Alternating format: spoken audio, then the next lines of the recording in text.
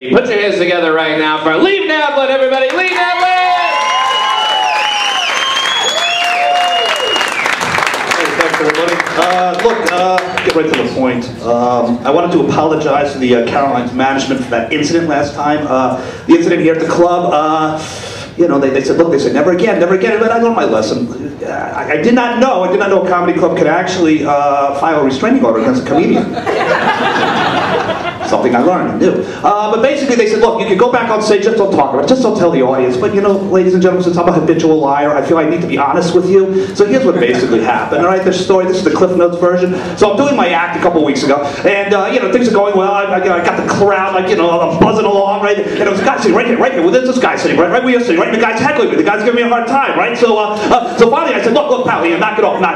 So what are you gonna do about it? Bam! I kicked him right in the face, right in the face. I knocked him on his ass, right? And he's doing like, you know, the Marshall Brady thing. Oh my nose, right? And so I said, you want more? And so security comes, they take me away, they bring you to the back. Security takes me to the back, and they said, you're not allowed to do that. We're not allowed to do this. You're not allowed to strike the paying customer. I said, why not? I don't see a sign. I didn't see anybody say I can't do this. I said, well, you can't do it. And we're calling the cops. I said, the cops, man, you can't do that, man. You can't kill the cops. Man. You know, I got warrants out. Man. So there's a window in the back, right? There's a window in the back, right? So I snuck out the window, right? And I climbed out the window, and there's a fire escape, right? So I'm climbing down the fire escape, right? Trying to get out of here as quickly as I can. And there's an alleyway. You know the alleyway between Broadway and 6th Avenue? You know what that is? The alleyway? Yeah, okay. So I'm in the alleyway, and there was this chick, there was a girl, this beautiful girl with a small car, right? So I said, okay, you gotta help me, I gotta get out of here. She said, well, I don't want to get involved. But I had seen her coming in earlier, and they wouldn't let her because she had no money, so she was in dire straits, right? The chick's in dire straits, right? So I had $5 grand on me, in cash, you know, on a rubber band, right? So I said, here, I'll give you $5 grand, and I'm like, just get me out. So she says, all right, fine. So we get out, we take off, we're driving, we get out of the city, into the country, up into the mountains.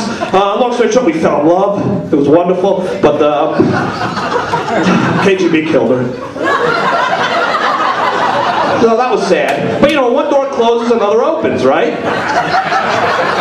So you know, I'm home now. I'm doing a lot of writing, a lot of reading, television, things you do when you're unemployed. And so last Sunday I'm watching television, you know, Channel 3, Channel 4, Channel 5, nothing on, 800 channels and nothing on television. Can't believe it. So finally I turned on CBS and 60 Minutes was on. And it was still watch 60 Minutes. I didn't realize it was still a television show. I didn't realize it was still on the air. And so I'm thinking, you know, this is, what, 2013, right? 2013?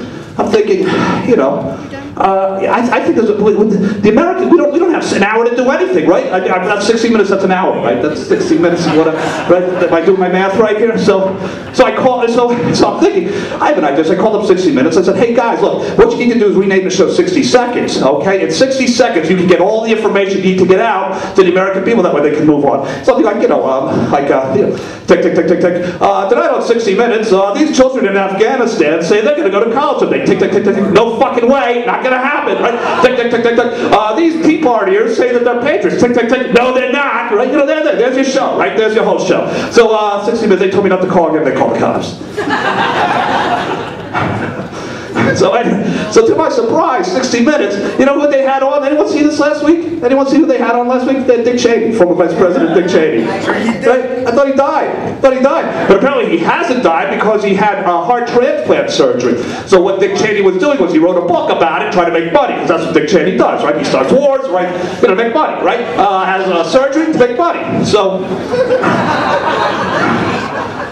I'm watching this interview, and it's Dr. Sanjay Gupta. You know Dr. Sanjay Gupta? I mean, he's the reporter. I mean, Mike Wallace, he's not, right? You know. So he's, excuse me, Mr. Vice President. I hope you don't mind if I ask you a few questions. Do you think maybe that your heart disease led to some bad decisions when you were when the Bush administration was at the White House?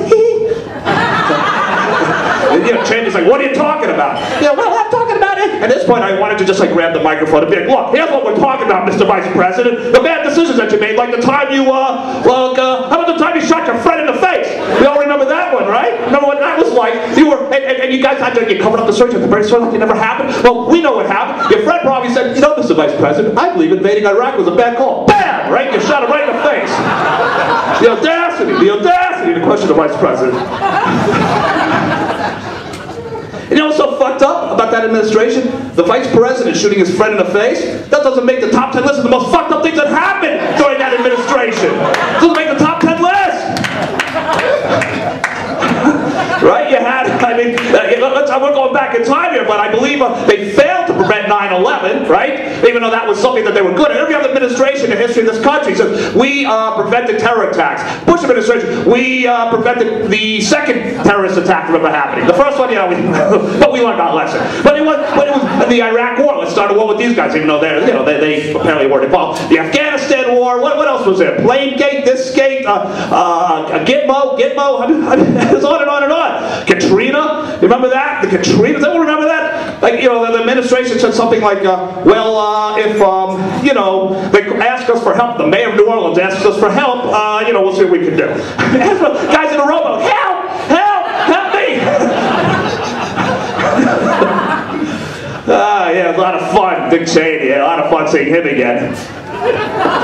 Anyway, ladies and gentlemen, my name is Lee Navlen. I have a new web series coming out. It's called Good Seat. You got to support it. You got to help me out. Okay, it's going to be on the internet. I don't think it costs a lot of money, right? So anyway, Lee Navlen. Thanks, everybody. Thank you.